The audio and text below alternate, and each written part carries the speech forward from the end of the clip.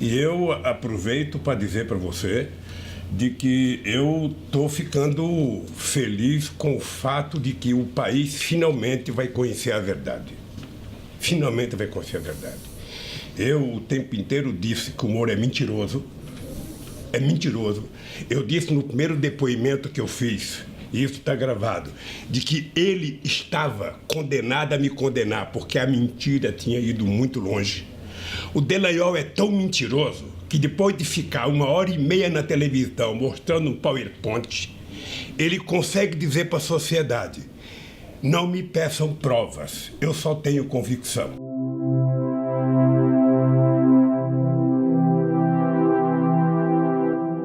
Eu acho que a máscara vai cair. O que vai acontecer, não sei.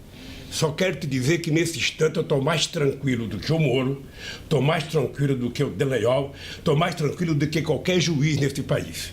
Porque a minha tranquilidade é a tranquilidade daquele que sabe que é honesto, que sabe que Deus sabe que eu sou honesto, eu sei que eu sou honesto, o Moro sabe que eu sou honesto, o Dallagnol sabe que eu sou honesto e ele sabe que estou mentindo. Então essa é a minha tranquilidade. O que é que eu espero? Que se faça justiça nesse país. E que a Globo, porque a Globo, na verdade, é a grande mentora dessa panaceia toda.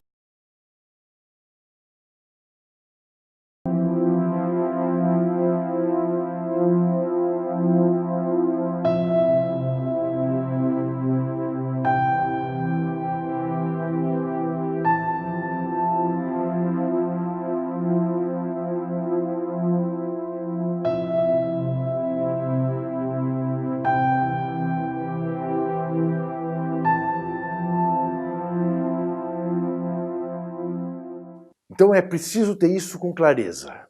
Censura em hipótese alguma. Eu vi o que foi viver sob censura, para que você tenha uma ideia. Eu, como disse, comecei a trabalhar em 1970 no DEDOC da Editora Abril. Em 74, terminando a faculdade, começando a pós-graduação, eu era aluno do professor Francisco Verfort, curioso, né, o Brasil, um dos fundadores do PT e depois ministro da Cultura do Fernando Henrique. Eu começava a fazer pós-graduação em política com o professor Verfort, ainda eu pensando em fazer carreira universitária, quando fui convidado, para minha surpresa, para ser chefe de reportagem da revista Placar, a que eu atendia no DEDOC. Eu nunca tinha feito uma reportagem na vida. Como é que eu podia ser chefe de repórteres? Né? E ouvi do diretor da revista, que era do Partido Comunista Brasileiro, que eles queriam, antes de mais nada, o meu senso de organização. E que depois os macetes da reportagem eu pegaria rapidamente. A essa altura eu já não era mais militante da ALN, porque Marighella tinha sido morto em 69 e o Toledo foi morto em 71. O velho Joaquim Câmara Ferreira, vejam que ironia, morto sob tortura num sítio do então presidente do Corinthians, Vadielu, que era deputado estadual da Arena, aqui em São Paulo. Eu perdi os meus vínculos com a ALN. A ALN estava praticamente destroçada e eu tinha sido liberado do meu compromisso assumido com o velho Toledo, e por isso disse que eu estou aqui conversando com vocês graças a ele, porque quando eu o conheci, eu tinha acabado de ser liberado do Exército por excesso de contingente, como era muito frequente acontecer. E disse a ele, feliz da vida, pô, fui liberado do Exército. Ele falou, não, tá errado. você, universitário, tem que ir para o CPOR. E para a infantaria, porque cavalaria é arma de burguês. Você tem que ir para a infantaria, aprender a andar no mato com um fuzil nos ombros, para aprender a ser guerrilheiro. E eu me voluntariei para o CPOR.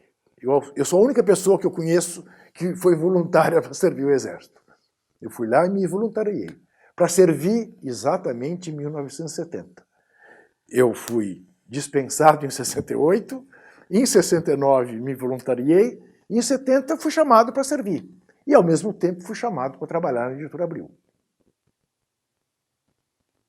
E fui conversar com ele. Falei, ó, dá-se isso.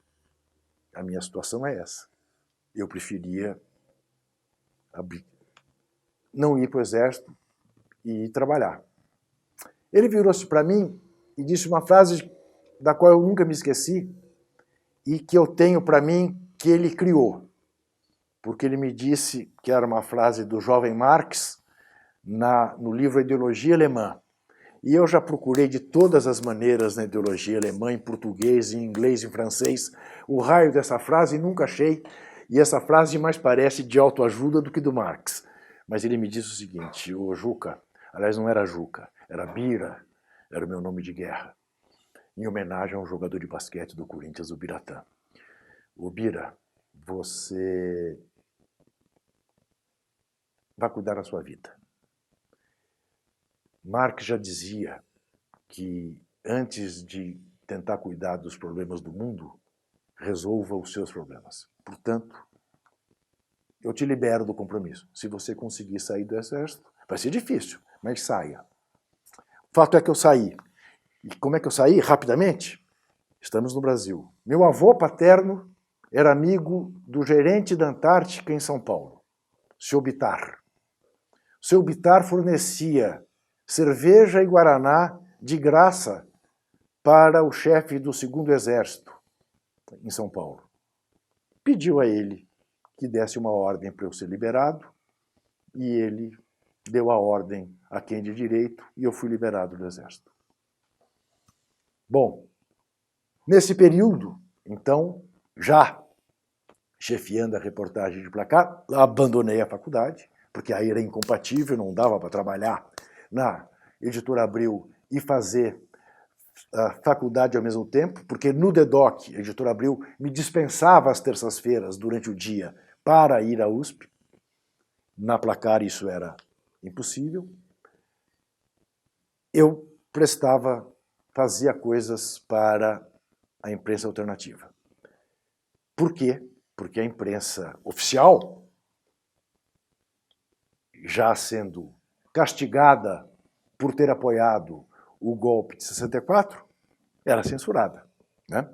A revista Veja punha versos, o Estado de São Paulo punha receitas, ou vice-versa, agora não me lembro quem fazia uma coisa e quem fazia outra, mas o fato é que a imprensa estava censurada.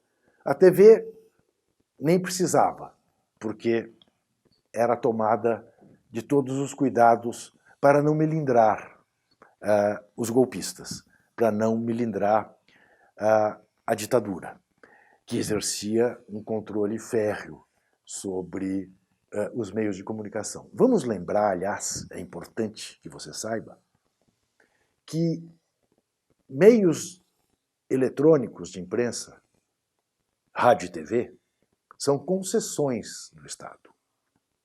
Ok? E que o papel de imprensa, que é importado, não é taxado. Ou seja, reconhece-se, em tese, a importância dos meios de comunicação para que sejam concedidos a eles privilégios. Ora, se há esta consciência, é natural que se exija uma contrapartida.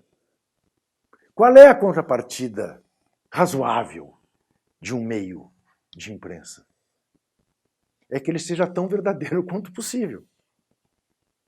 Ele pode ter posição. Aliás, quero deixar claro isso. Eu sou favorável ao que o jornal o Globo, a que a Folha de São Paulo, a que a revista Veja, a que a TV Globo, o jornal O Estado de São Paulo, a Zero Hora, o Diário de Pernambuco, digam editorial. Recomendamos ao nosso leitor, ao nosso telespectador, ao nosso ouvinte, que vote em fulano de tal. Por isso, isso. E não em ciclano de tal. Por isso.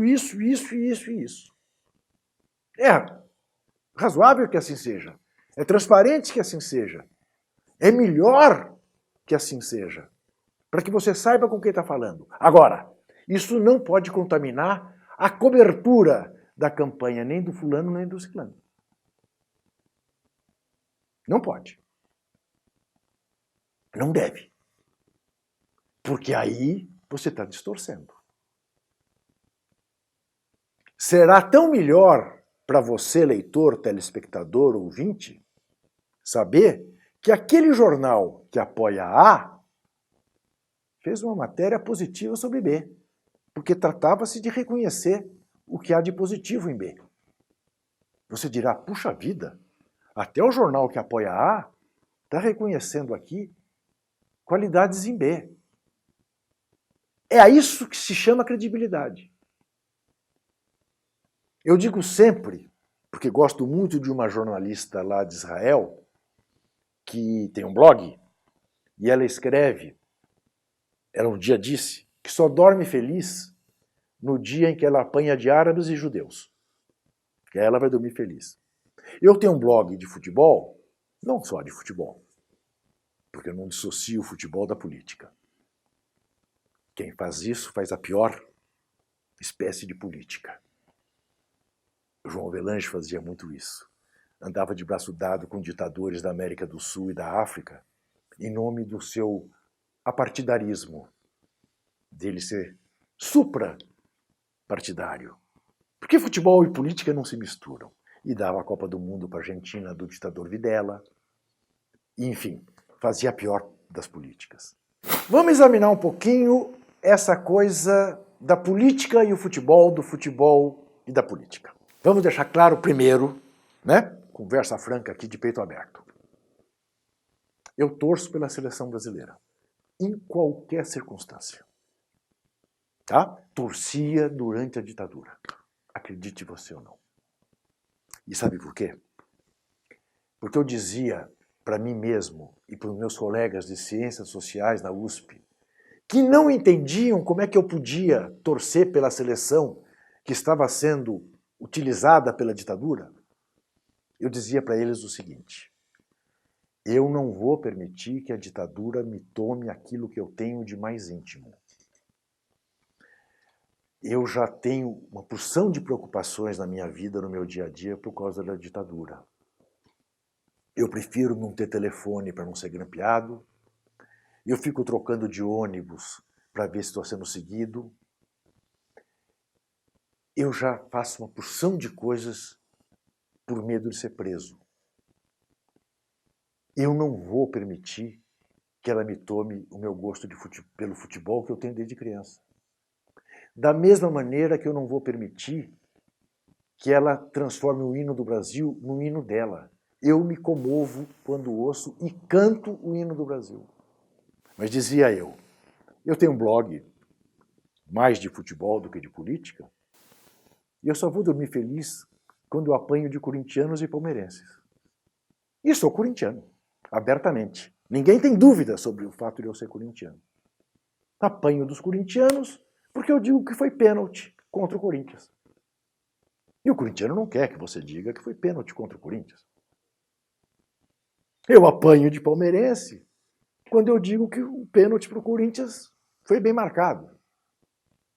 E o palmeirense fica bravo, porque diz que eu achei isso porque eu sou corintiano. Mas ele vai lá ao blog, lê a minha opinião, porque em última análise, ele sabe que eu digo que não foi pênalti para o Corinthians quando não foi. Assim deve ser em tudo. Não tem importância que você saiba que eu sou de esquerda. é a minha vida. Eu não posso esconder isso. Mas nem por isso eu deixo de ser crítico em relação à esquerda quando eu acho que a esquerda merece ser criticada. Ou sou capaz de fazer um elogio à direita quando a direita faz uma coisa direita. Eu sei que é poucas vezes. Parênteses.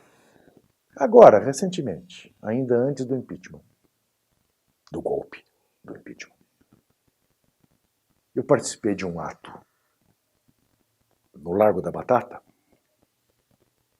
com o Boulos, com o pessoal do PT, com artistas. O mote do ato era não vai ter golpe. E eu disse para as pessoas, está coalhado de gente.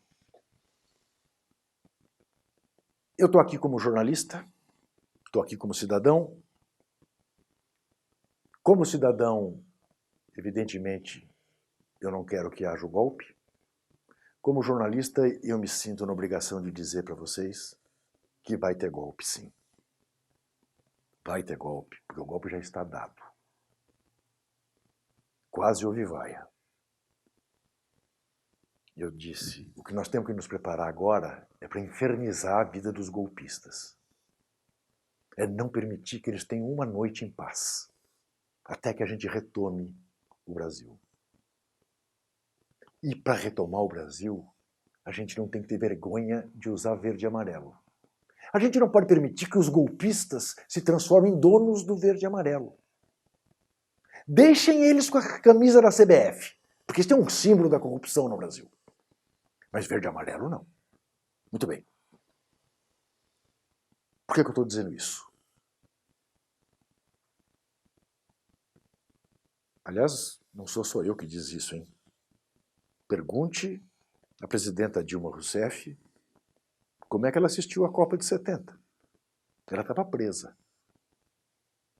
num aparelhozinho de televisão, diz ela, com palha de aço na ponta da antena para tentar captar o sinal. Vocês imaginam o tamanho da parede, a grossura da parede do presídio Tiradentes? E torcer para o Brasil. Tem um documentário magnífico sobre a Operação Condor, que foi uma operação conjunta de ditaduras da América do Sul, em que uma hoje advogada argentina conta que ela estava presa a 500 metros no presídio da Marinha, que era um dos maiores centros de tortura de Buenos Aires, durante a ditadura Videla e da Copa do Mundo de 78 na Argentina. Ela estava nesse presídio que ficava a 500 metros do estádio do Monumental de Núñez, do River Plate, onde era a jogada final, Holanda e Argentina. E a Argentina ganhou e foi campeã. E quando a torcida vinha saindo do estádio, berrando Argentina, Argentina, Argentina, 2 carcereiros atiraram da cela e a levaram para a rua para mostrar para ela, tá vendo, ninguém tá ligando para vocês.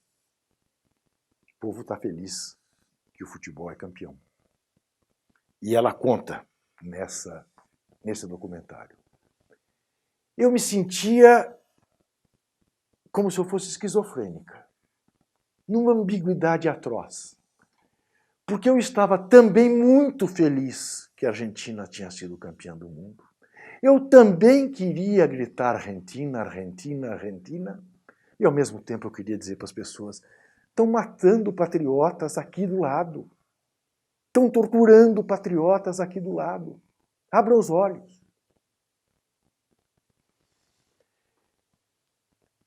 Eu perdi a maior paixão da minha vida como adolescente e começo de vida adulta.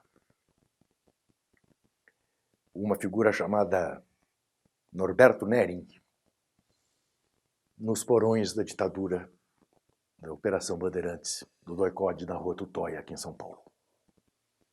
Ele era casado com a minha prima, era meu compadre, eu sou padrinho de batismo da filha deles, a Marta. E o Norberto foi morto sob tortura no doicode. Nós soubemos da morte do Norberto no dia em que jogava o Brasil e Tchecoslováquia pela Copa de 70. Eu fui para a casa do meu tio, pai da minha prima, em meio à festa nas ruas, que o Brasil acabava de ganhar da Tchecoslováquia por 4-1. E eu tive ódio de futebol naquele momento. Eu olhava para aquelas pessoas e eu dizia, não é possível que essas pessoas estejam festejando e o Norberto, com menos de 30 anos, está morto. Era economista, professor de história na USP, uma figura fisicamente um cara bonito, burro. Felizmente, para a minha saúde mental, no próximo jogo do Brasil, eu estava conseguindo torcer pela seleção brasileira.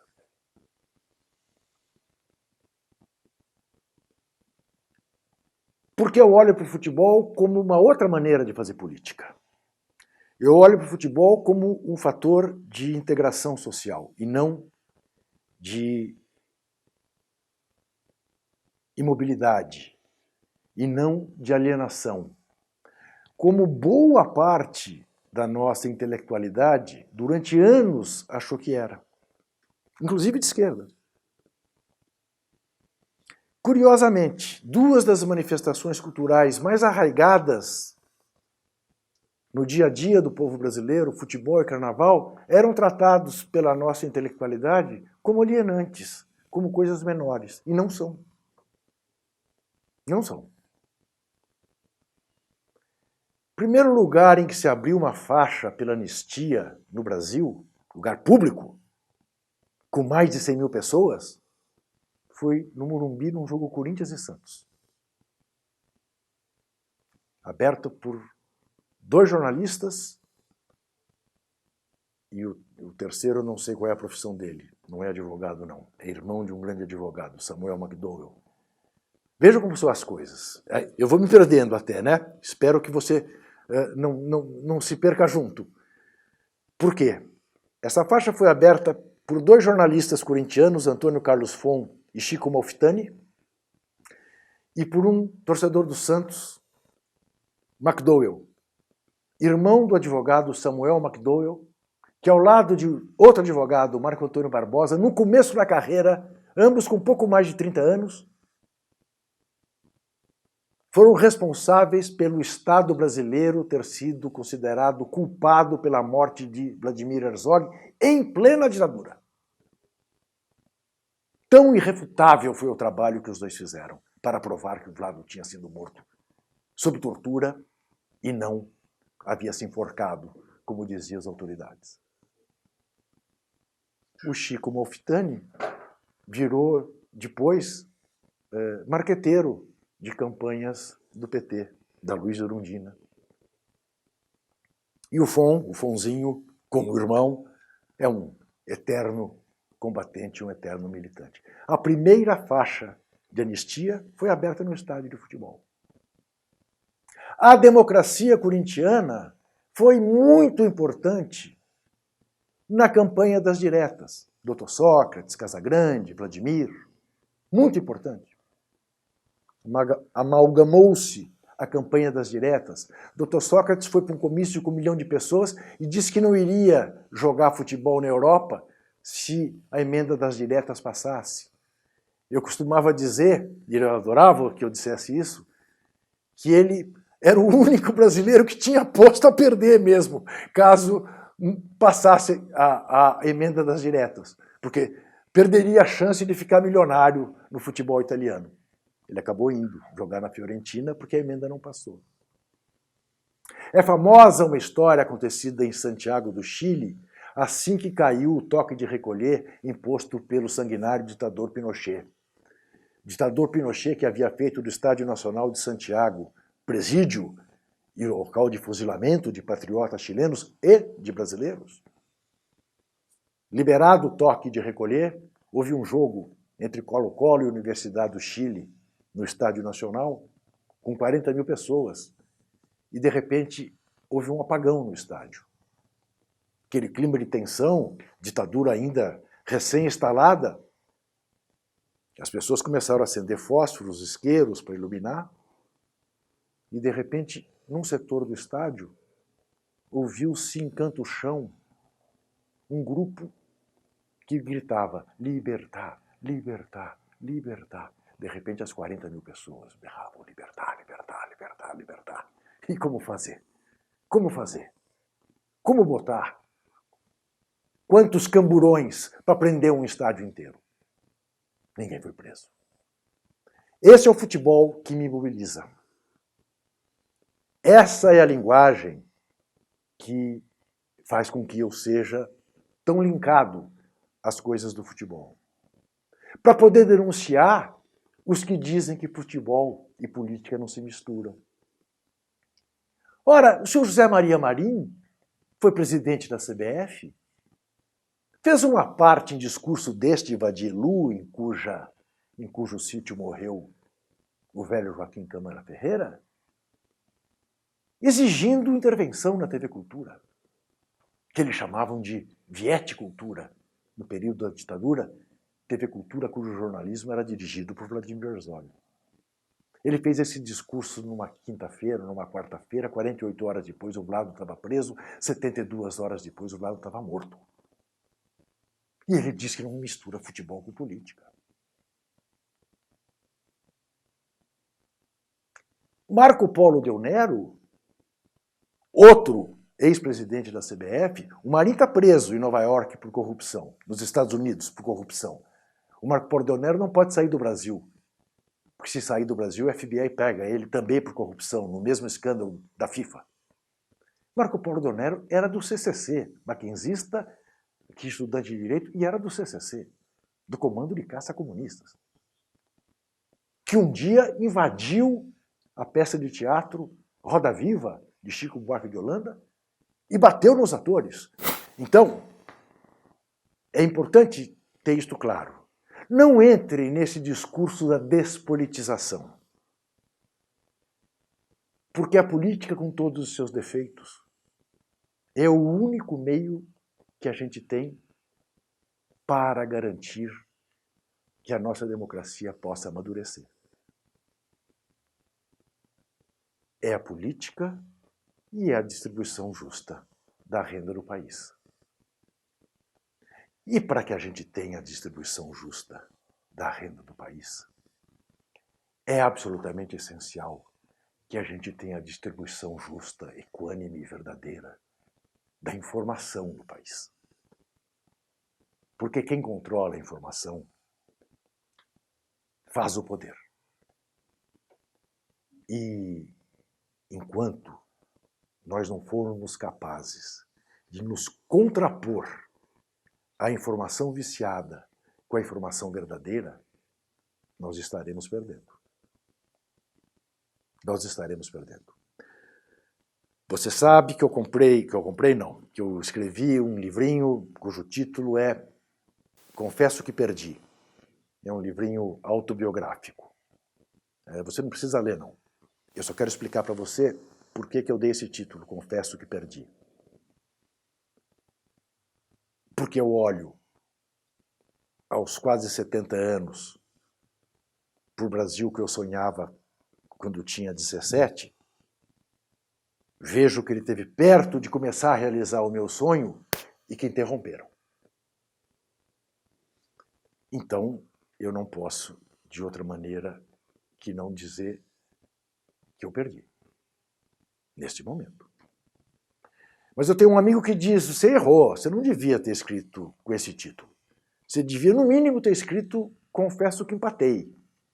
Porque, afinal, foi fruto das suas denúncias que esses cartolas todos do futebol se ferraram.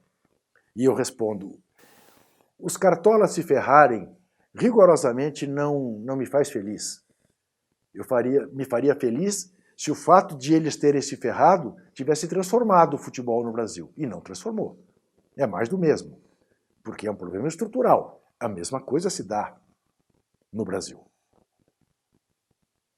Então eu olho para o Brasil que eu sonhei, vejo esse Brasil e digo, estou perdendo.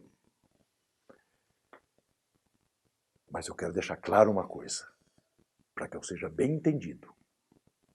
O confesso que eu perdi não significa confesso que eu desisti, porque eu não desisti.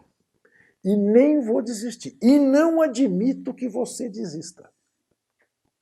Muito mais jovem que você é do que eu. Eu costumo dizer que eu virei jornalista porque eu acho que o jornalista tem, ao contrário do que dizem os que são cínicos e se travestem de céticos, porque ser cético faz parte da profissão. Ser cínico, não. E os cínicos dizem que jornalista não tem missão. O jornalista tem que simplesmente contar histórias. E eu digo não. O jornalista tem lado. O jornalista tem missão, sim. Eu quero melhorar a esquina da rua em que eu moro. A cidade em que eu vivo. O país em que eu nasci.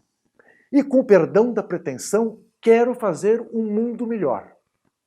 Se vou conseguir ou não, são outros 500. Mas desistir desta missão, eu não desisto, não. Então, tenha clareza isso. Alguém que diga para você, mas esse Juca Kfouri já entregou os pontos, escreveu um livro, confesso que perdi. Você diga, mas eu ouvi ele dizer que ele acha que está perdendo, e de fato ele está, mas ele ainda acredita na virada. O jogo não acabou. Dom Paulo Evaristo Arnes, aliás, grande corintiano, Dom Paulo escreveu, para que, veja você, para que pudéssemos driblar a censura no Brasil, na revista Placar, que evidentemente não era objeto da censura, porque é uma revista de futebol, nós fizemos coisas assim. Fizemos uma capa com Dom Paulo, quando Dom Helder já era proibido, mas Dom Paulo ainda não. Fizemos uma capa cuja manchete era Pastoral ao povo corintiano. Dom Paulo segurando a bandeira do Corinthians e com uma mensagem ao torcedor. E terminava assim, não há derrotas definitivas para o povo.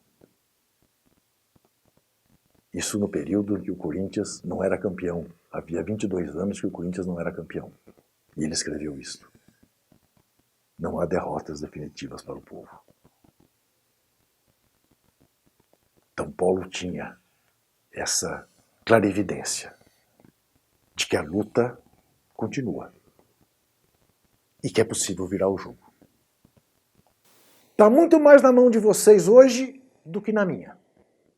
Mas contem com a minha para juntar as suas. É isso aí. Espero que vocês tenham gostado. Tchau.